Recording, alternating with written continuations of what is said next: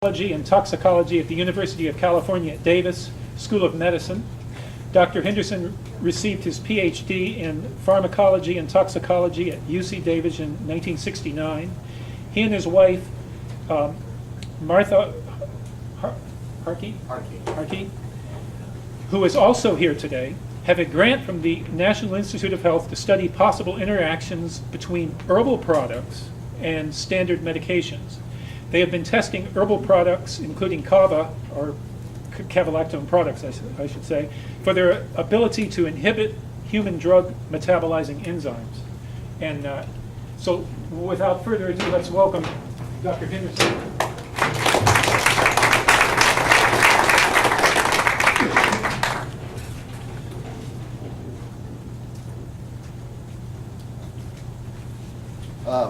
Thank you very much for inviting me. And I'm a little nervous right now because if I say Kava instead of Allah, I will be insulting our guests here. And if I say Kava and I'm referring to the dried root plant, Vincent's going to have me arrested within 5 minutes. So I'll try to choose my words carefully, and I'll be very brief. Martha is my colleague. We are both pharmacologists, and we study drug metabolism. We study what happens with drugs when they get in the body, how they're absorbed, distributed, metabolized, and eliminated from the body. We've had a long-standing interest in alternative medicine, but until a few years ago, nobody in the federal government was interested in alternative medicine.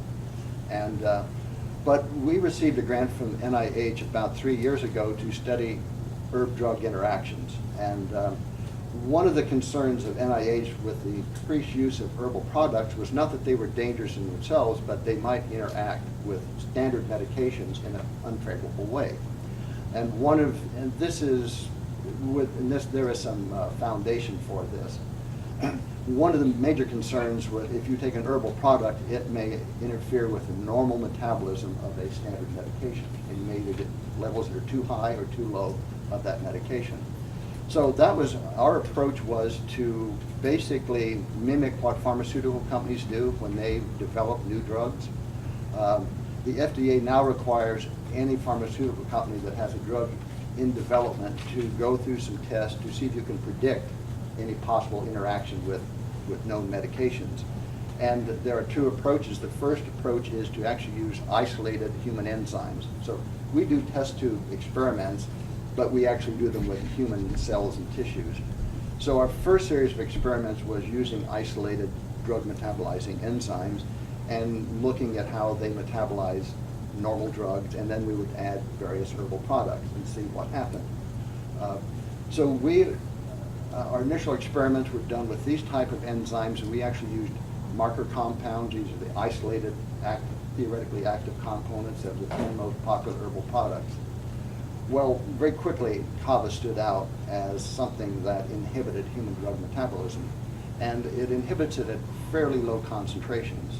So I guess the first thing I would say that if I were a pharmaceutical company trying to develop Kava as a pharmaceutical product, I would have to do more tests to satisfy the FDA that it would not interfere with other medications, or at the very least, to understand this phenomenon a little bit more. So I think in our studies, we find that Kava does interfere with drug metabolizing enzymes, but there are a number of things that do this, and there are a number of things in our diet that will do this.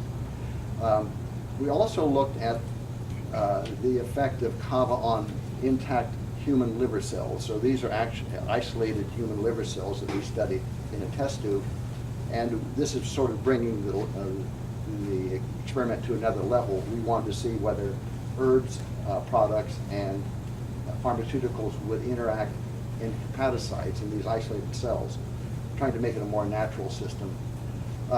We find that Kava will interfere with the metabolism of drugs in these intact cells. We then looked at the effect of Kava on just the cells themselves. Was it toxic to the cells, which is, I'm sure, what you're interested in. We found that Kava, and by this I mean either we've looked at methysticin, dihydromethysticin, yanganine, and then a Kava root extract. And it's an ethanolic extract that we've characterized chemically using the procedures that you saw today. It has about 28% Kava lactones, and the mixtures are about, they're equivalent to what you've seen before. So this is much higher than the natural product, but it's much lower than the European compounds. Kava in any of these forms, either the isolated lactones or the plant extract, we would say is moderately toxic to human liver cells, but the concentrations are 100, maybe 1,000-fold higher than you would see than effect on the enzymes themselves. I would say that if we were a pharmaceutical company and Kava, we were developing Kava, that the FDA probably would not be that concerned by the hepatotoxicity because the levels are so high that there are a number of other compounds. Almost anything will start producing toxicity at that level. We did another set of experiments where we tried to see whether perhaps metabolites of Kava, maybe how Kava gets changed in the body to something that is toxic. We tried experiments like that. We basically looked at two types of cells, cells that had no enzymes and cells that had enzymes that would convert Kava to other things, perhaps these toxic materials that Dr. Tang was talking about. We find that it doesn't make any difference whether the cells have enzymes or whether they're just intact cells, that Kava is only moderately toxic. So that is basically summarizing our findings. I think, in my personal opinion, I think that there's possible interactions between Kava and standard medications for somebody that is a first-time user of Kava and is taking another standard pharmaceutical. We were preparing a study to test this in humans when the Kava hepatotoxicity scare broke out, and basically they've stopped any kind of experimentation like that. So that's something that we'd like to do in the future, but I don't think we're going to be able to do that in the next few years. I can just give you a couple of comments on what I think is going on in the States and with the NIH and FDA, but trying to predict what our government is thinking. This is just my personal opinion. First of all, a couple of comments on the European system versus the US system on reporting adverse reactions. In Canada and Europe, physicians are required by law to report any adverse reaction to a drug. In their system, Europeans tend to approve drugs faster, but they monitor them much more closely after they are on the market. In the US, it takes a long time to get a drug on the market, but reporting adverse reactions in the US is only, it's up to the physician. It's not mandatory at all. And the physician actually has to go out of his way. So it's not unusual for Europeans to identify adverse reactions faster than they are in the US. The Kava story sounds very much like a drug that I was interested in a number of years ago. It had undergone clinical trials in the US, and there were over 3,000 people enrolled. But it was introduced into the same countries, Switzerland, Germany, Austria, the same countries that reported the Kava toxicity. And within a year or so, there were reports of serious life-threatening adverse reactions that had never been seen in any US patients. They withdrew the drug from the market. It was never sold in the US. All these were not liver problems, they were basically pulmonary lung problems. But it was the same phenomena. As soon as they withdrew the drug from the European market, everything went away. Yet the company was never able to demonstrate it in any animal experiments. They never found a cause for that. They never saw it in any of the US clinical studies. So the Kava, I guess from my perspective, the Kava toxicity does look like one of those rare immunological problems. We call them idiosyncratic, which means we simply don't have the answer. There are a number of pharmaceuticals that produce this. In the sense of over 30 or 40 years, there's maybe half a dozen that we know about that will do this.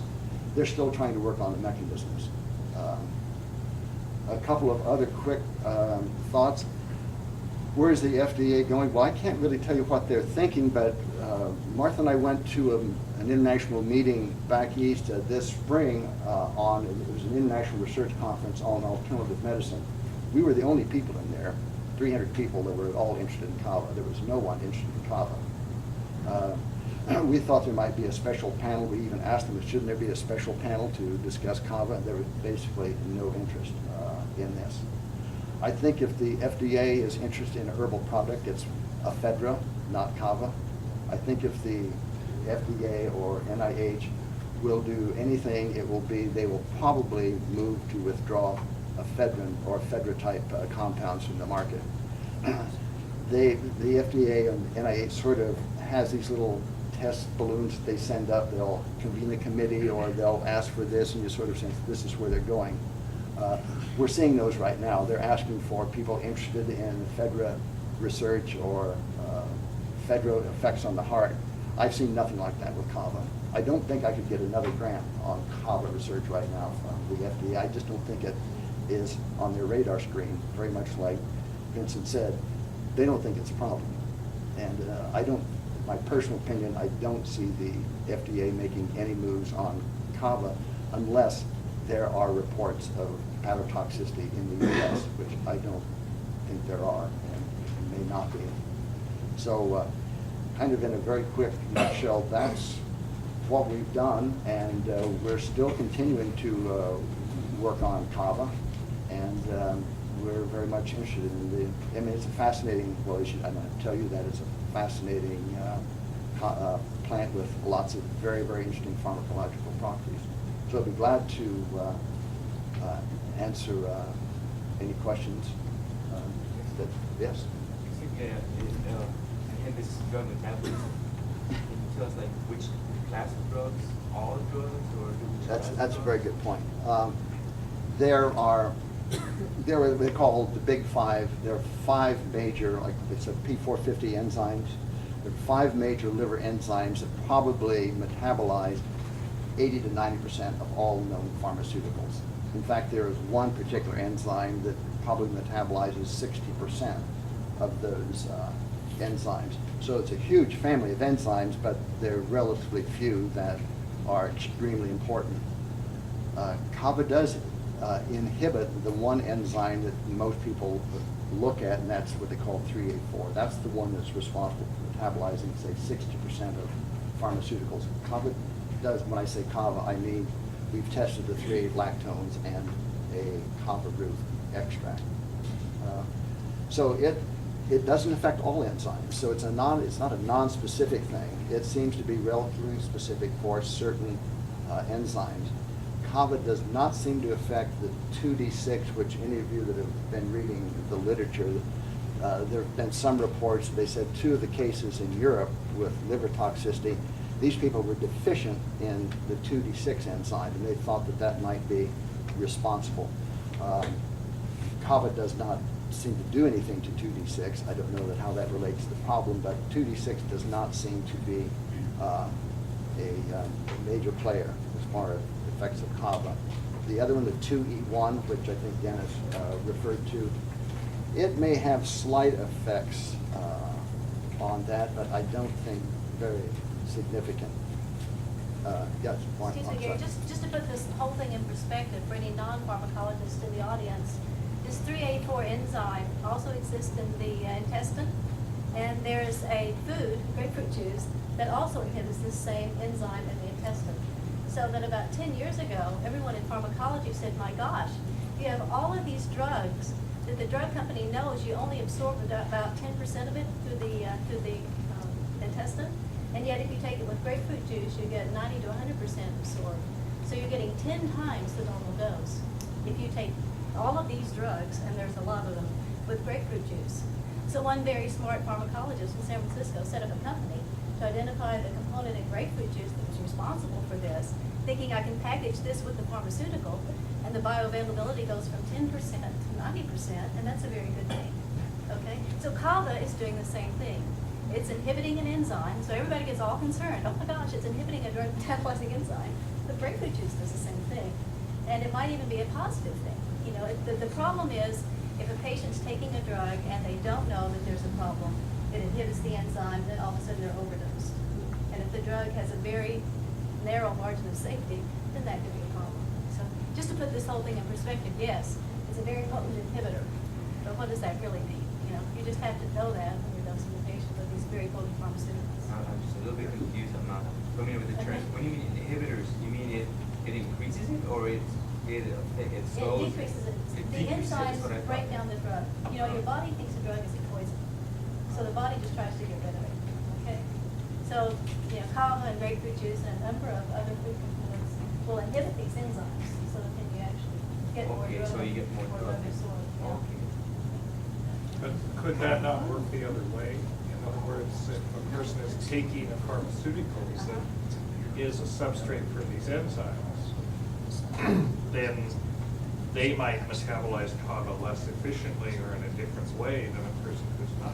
So potentially, kava lactones could go into a different pathway. That's true. Or be more toxic Yeah. because they're more bioavailable. That's true. Yeah, there could be a whole switch because a lot of the drugs will stimulate the enzymes. Right. And that's why we were interested in doing the experiment to see if kava was metabolized to something that was active, because if a drug increased metabolism of kava, that could theoretically increase kava toxicity if it was a kava Right. metabolite that was responsible for Right, toxicity. right. We, that, Martha brought up an important point for controls. To try to put it in perspective, we use positive controls. Some of the controls are pharmaceuticals that are known to produce very potent drug interactions. We also use components of grapefruit juice. The grapefruit juice really changed people's thinking. This came about during the early stages of AIDS treatment, because the AIDS drugs are very difficult to get enough into the body to be active. And they found that some people had 5-fold higher levels of these drug, the active drug than other people did. It took them a while, but they figured out that taking 1 or 2 glasses of grapefruit juice before you take these medications will increase the bioavailability 500%. I mean, these really are true effects.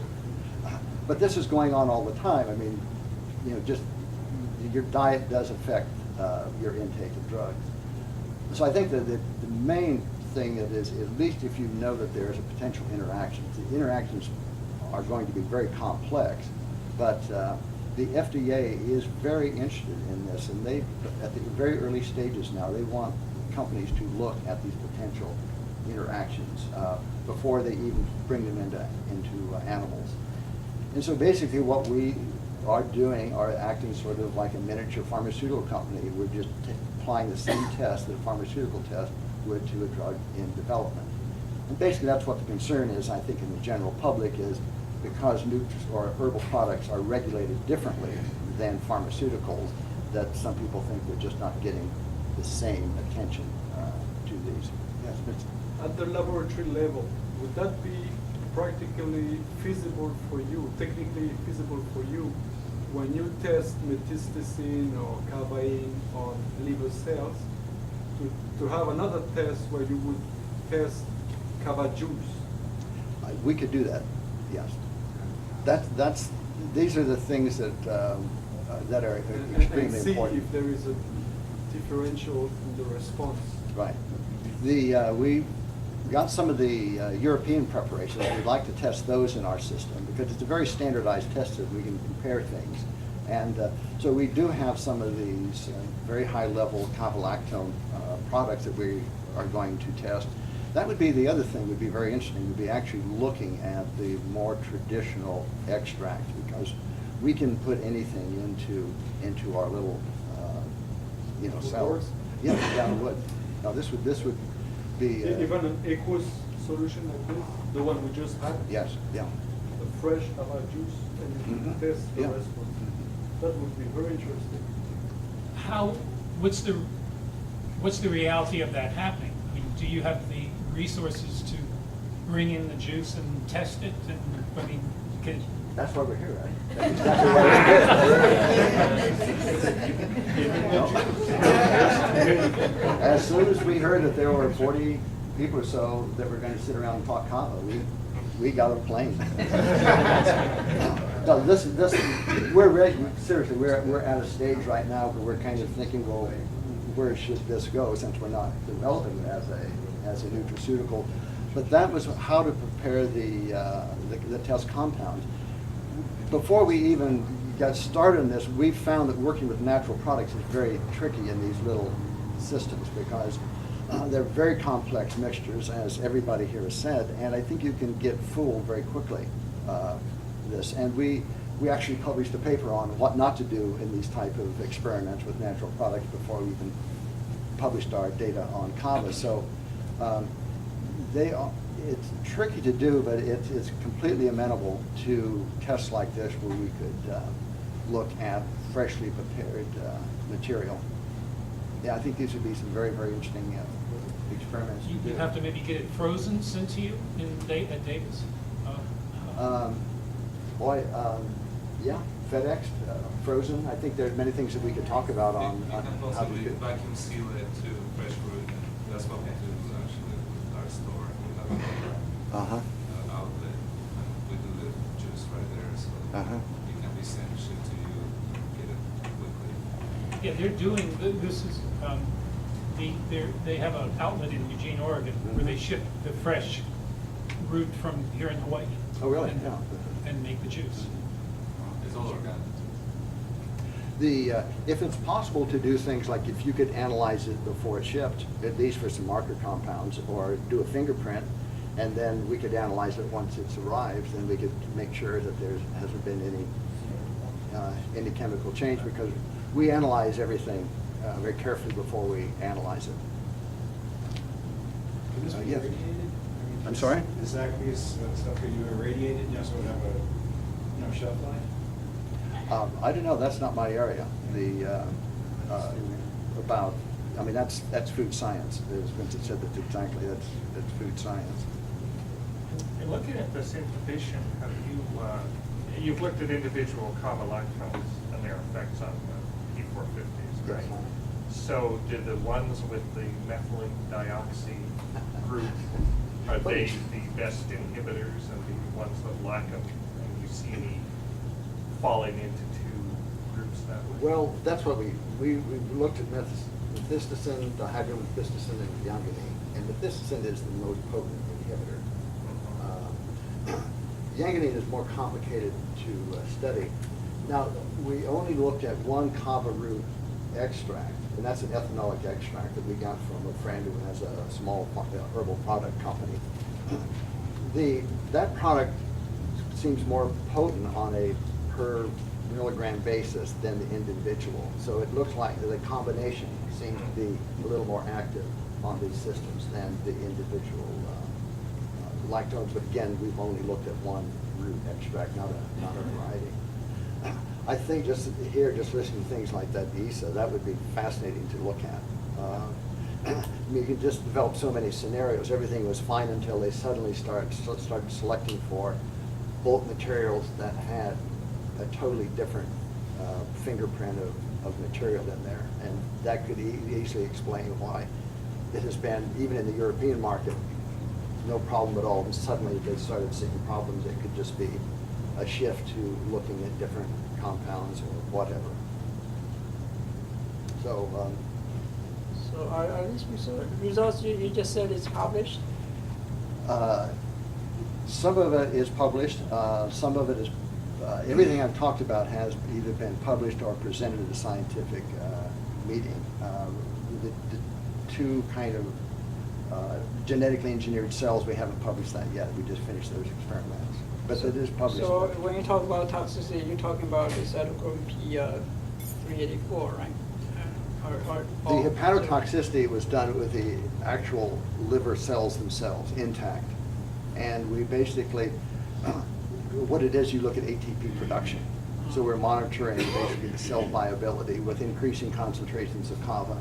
Everything is fine until you get to 50 to 100 micromolar, which is, in my opinion, that's not a real concern.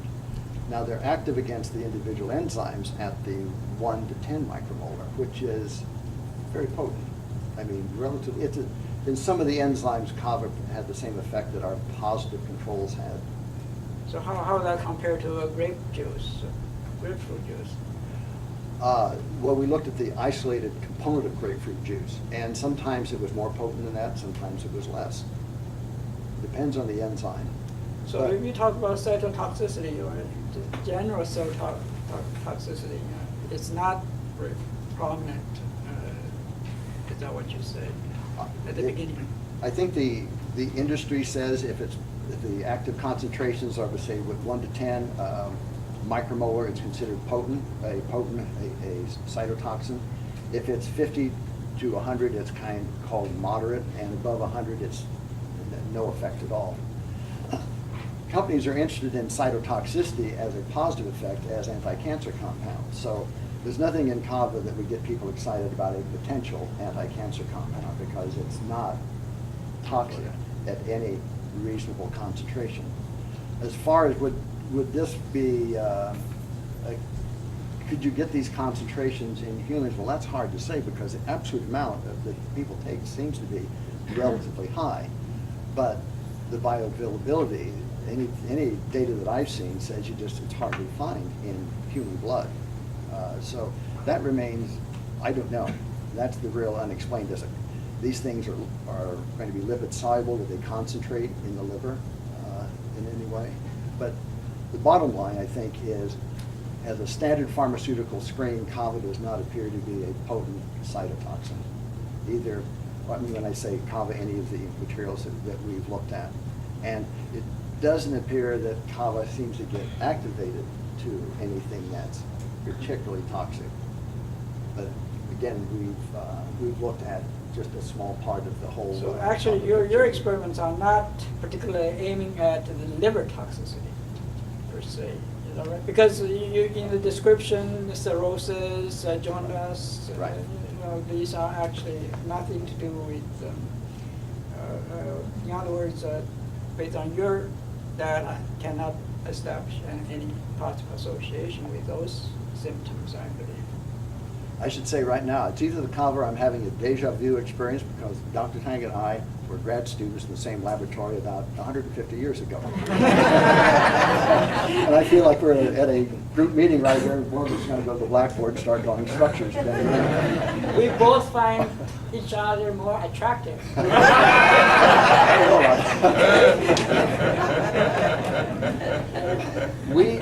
We did not set out to look at hepatotoxicity. We had to look at hepatotoxicity as a possible explanation for what we were seeing with the enzymes, because that's the first thing you'd say, well, it's not affecting enzymes, it's just affecting the general health of the cells. This seems to be more of a specific effect on the enzymes, or at least what we're seeing is a specific effect on enzymes because it doesn't affect all enzymes. And the levels that are required to start depressing hepatocyte viability are fairly high. Yes, ma'am.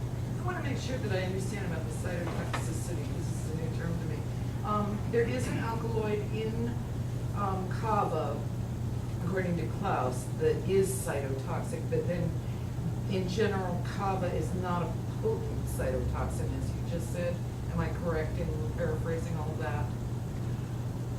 There's absolutely no data on this alkaloid. There is no, so far, that has been So published. Kava is not a cancer cure. There are compounds that are similar that have been reported to be cytotoxic. Very similar. Yeah. But we don't know. So, yeah. And again, our experiments are extremely limited to the marker compounds and one ethanolic extract that had probably twice the level of cabalactones than you would find in the plant. I think what everybody's presented today is very interesting because Kava has a number of biologically active compounds. I mean, you get a bunch of chemists around and start looking at what's in Kava, and you can approach that from so many ways. It is a biologically active compound, and all the data that you've seen today suggests that there could be relatively minor components in Kava that could either be, say, increased through some extraction process or through your various cultivars. So there are a lot of things that could be present in extremely low concentration, but could be potentially toxic. What you were talking about was also root extract. The alkaloids are only in green parts. So nothing. Right. So ours were without peelings. This is the dried root itself that has been peeled. So one, we didn't look for the compounds that Klaus was looking for, but it looks like we would probably not see them because we don't use any of the peelings. mentioned the activity of enzymes that already deliver Kava has that type of effect. And by so doing, if somebody's taking, let's say, medication that could be highly toxic, the Kava make that medication be absorbed in higher quantity, instead of the 10% or 90%, and then so absorbing it causes the toxicity that people are accusing Kava. You're basically asking what the clinical relevance of what we're saying is. There's not an easy answer because it's well known that there are chemicals that will depress the activity of individual enzymes on the first dose, but if you continually expose the enzymes to this material, they basically auto-regulate and they actually increase. That's the next level that we are going to do to see if we culture cells with Kava, say for 3 or 4 days, what happens to the enzymes, and that's our next series of experiments, will be to see what happens when cells get exposed, not just for a few hours, but say 4 or 5 days. And it can be quite different. I mean, metabolism, it's a very complex procedure. And so what we've done is basically the first stage that any pharmaceutical company would do. And the FDA would ask us to do what happens when you expose cells for a number of days, and that's what we'd be doing next. But the basic idea is if you take Kava with a pharmaceutical, it could either increase the levels or decrease the levels of the pharmaceuticals, and we don't know what it would do. Yes? Have you studied any relationship with like glucose absorption or glucose metabolism in pancreatic? No, we've done no human studies, and we've only looked at isolated hepatocytes. And the only thing that we look for, the viability, is whether it produces ATP, and that simply means is the cell healthy. And that's what we're doing, is just a general kind of health status of the cell. The standard test that people are, that any company is looking at, a lot of people are very interested in cytotoxic compounds. I mean, the National Cancer Institute basically goes around the world looking for things that are cytotoxic. In fact, most of the tamoxifen, things like that, vinblastine, most of the really good anti-cancer compounds are natural products that are used. So that's not unheard of very potent cytotoxins being present in plants. Yes, sir. Is there any reason that you can think of that Kava would cause the liver to produce more cholesterol? No, that's an interesting question. Because that whole thing of the the dermatopathology, the scaly skin, is an effect on the liver, because there are a lot of liver diseases that basically produce jaundice and flaky skin. And I don't know the medical background that well enough to know whether whether Kava affects cholesterol or anything like that. Vincent, are you familiar with that literature? Well, didn't they, one of the theories about kani drying of the skin,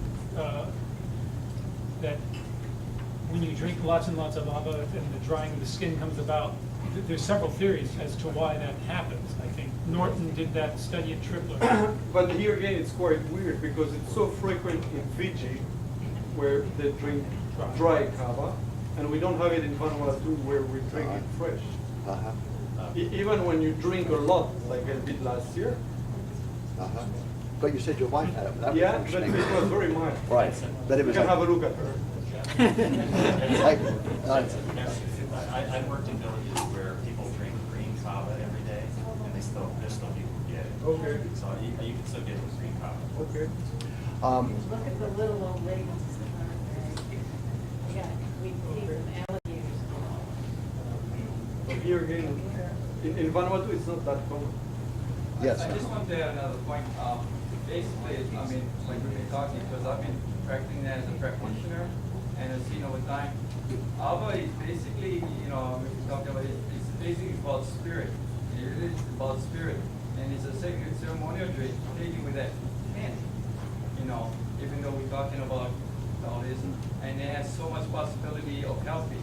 If the intent and the attitude of spiritual balancing, and then when you take with that intent, the possibility is endless, because I've seen so many cases, and over time, some of our famous healers here in Hawaii, Kava was used as a supplement for many introduced disease and complications. And because of the belief and the relationship and the process where they actually, you don't just take a supplement, you actually go on a program. You detox, you go on this setting things right, mentally, emotionally, and then as the supplement is taken, as the attitude, as the relationship is connected, then Kava can assist you. But Kava won't assist you if you're thinking of something else. You know, it's not there to do that. And it has that kind of connection. So unless you have a relationship, you really don't have a relationship. You know, you may consume something with compounds and all that, but it won't help you because your intent and there's no spiritual connection. Like people, if there's no spirit between you and me, we just feel a lot, just talking, but there's no spirit. So I'm saying that unless you establish a relationship with Allah and you have an understanding and trust, it goes out of these chemical properties to balance you. And over the years, I've seen so many people, because of the trust, because of that, they became balanced spiritually and mentally, emotionally, and physical manifestation. There is no physical manifestation. You created your physical manifestation. And because of that, there never was a situation traditionally. And it's only when it got out of context Exactly. that we have a situation. Now we're trying to analyze it. Because, I mean, how many more generations we have to be analyzed to show that it's been traditionally accepted and worked? It's just that we got out of context in their relationship. And that's where, and people who want to be introduced to something that is not traditionally part of them, but want to, but with the wrong intent. Fix this. Well, it's not going to help you. Oh, try something else. You know, if you want to get high, there's this. But if you want to be wholeness, where the connection, the spiritual connection, then Allah can assist you if you open and if you have a relationship. And that's what we try to promote, so that way they have that understanding. Otherwise, Allah is not for you, because it can't help you, assist you, if you're not open to that relationship, open to that traditional stuff or that introduced stuff as a way. And then all this complication, it comes from not properly preparing yourself for that. Because it's all of preparation. You cannot think something if you didn't prepare or detox yourself for that balance. And so I've seen so many cases that it works because of the belief. And it's the other cases, it didn't work because they had no belief, they had no connections, and just wanted something physical. And that's how far it got. So I just let you know. No, exactly. I mean, I mean, most traditional medicines are gentle healers. They're not potent healers. Just a couple of quick comments. I mean, everybody has said that the chemical knowledge of Kava is really enormous. I mean, the body of information is huge. It's been looked at extensively by pharmaceutical companies, starting back in the early 30s with the Germans, and there was a California lab, Riker Laboratories, that looked extensively at Kava. And I think they all came to the same conclusion as a pharmaceutical. The doses required to produce any effect, whether it's an anti-inflammatory or muscle relaxant or anti-anxiety, as a pharmaceutical, are so high that you start approaching the skin toxicity. And I think all pharmaceutical companies backed away from Kava as a pharmaceutical, looking at the isolated things, because the skin toxicity always was the major side effect that would limit its chemical usefulness. And I think the nutraceutical was sort of maybe a backdoor approach to the pharmaceutical use of Kava. Yes? Actually, I come from ethnic group that consume the Kava relatively high compared to any ethnic group. But the worst symptoms that my people experience is following the skin, the scary skin. They started having swollen eyes and watery. So I don't know how the symptoms related, whether it's a kidney-related symptoms or, but that's the serious case in our island. Mhm. So, That's the abuse of kava, very high doses. oh yeah, my people really abuse it so well. They drink kava every night and they go, the doses that you will, I hear over here is very little, the doses they take daily. But they take it like, What's the quantity? I cannot say, but according to, if you try and relate to the concentration of one cup he was talking about, we are talking about one person consuming 1,000 cup a night. So that's really abusing. But even the people that live here in Hawaii from my island, they still drink the kava like that. And I know a lot of people living over here in Hilo, they drink these kava things every night. They consume it. I've heard that if you drink a lot of kava but work hard, like if you sweat a lot, that you have, fewer problems. Now it could just be rationalization. It's like, it's like only the lazy people get the side effects. But that is one of the. It's also related to the individual though. Yeah. Some individual actually reacted differently. They reacted But having this- all those kind of. This is known in the traditional knowledge. If you have too much, you better go early to your garden and work hard. Is that right? And within 1 or 2 hours of sweating, it will be gone. Mhm. It's something which is known. And what people do when they had a hard night, drinking too much, That's interesting. then if they want to have a useful day, they have to get rid of it. And they go out and sweat, and then it's finished. The one, I'll ask you just a second.